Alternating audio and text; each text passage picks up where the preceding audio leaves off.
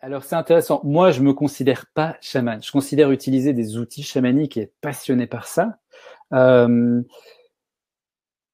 En fait, le terme chaman, comme je vous ai dit, c'est un terme en fait aujourd'hui un peu générique. On l'a un peu mis sur toutes ces pratiques qui intègrent le rapport à la nature, qui intègrent des outils de médecine, des trucs comme ça. Quand je dis médecine, de guérison, de soins un peu ésotériques, énergétiques et ce genre de choses.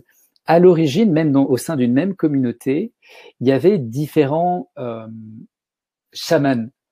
Dans le terme générique, on avait l'homme médecine, par exemple, qui s'occupait et qu'on allait voir essentiellement pour certaines sciences. On parle notamment de la science de l'ours, qui c'était celui qui s'occupait de guérir. Alors là, on peut en parler du guérisseur. Il y avait le chaman qui était celui qui, au sein de la même communauté, qui avait un don, lui, pour ce qu'on parle d'extraction, c'est-à-dire aider les énergies négatives à s'enlever. On parlait du mauvais œil, de la magie noire, l'extraire et tout ça. Là, on parlait de l'exorciste, on pourrait dire, dans notre jargon à nous. Il y avait, par exemple, je pense chez les Amérindiens, lorsqu'ils voyageaient avec leur tipi, avant de s'installer quelque part, une des rôles d'une ou d'un chaman était de vérifier si l'esprit du lieu était d'accord et de trouver le bon esprit du lieu. Aujourd'hui, on pourrait dire que c'est des géobiologues ou des gens qui font du feng shui. En fait, c'est assez intéressant parce que la question, elle est super perspicace. Comme je vous ai dit, le terme chaman, aujourd'hui, il est très générique. Tout comme le terme naturopathe, c'est quelqu'un qui utilise des choses naturelles. Ça peut être aussi bien la réflexologie plantaire que l'hygiène de vie, que tous ces trucs-là. Et donc, c'est pour ça qu'on s'y perd un petit peu. Alors, le terme sorcière, on va l'associer, j'aime bien en anglais, hein, le witches, on est en lien avec la sagesse, en fait. Donc, cette quête aussi de sagesse, on parle du Wicca, W-I-2-C-A, dans pas mal de traditions. En fait, c'est des traditions animistes.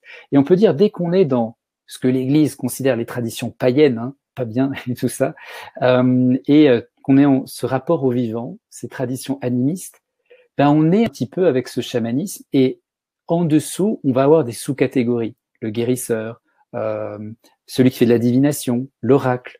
On va avoir du coup celui qui travaille les lieux et ce genre de choses. Et au sein des communautés, traditionnellement, eh ben, chacun avait ses facultés. Il arrivait qu'un chaman soit consulté pour plusieurs dons. Souvent dans les petites communautés, on le voit encore hein, en Amérique du Sud, eh ben, il y a un chaman qui est choisi par les esprits, qui apprend au travers d'un autre chaman. Alors lui, il apprend rien d'autre que ça.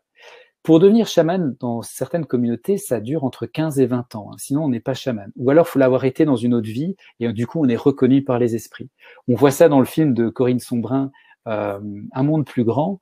Et c'est ce qu'a vécu aussi Arnaud Rioux dans son voyage en Mongolie, où il a été reconnu par les esprits comme ayant déjà été chaman.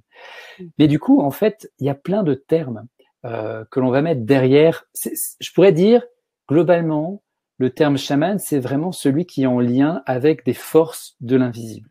Et il va les utiliser de plein de façons.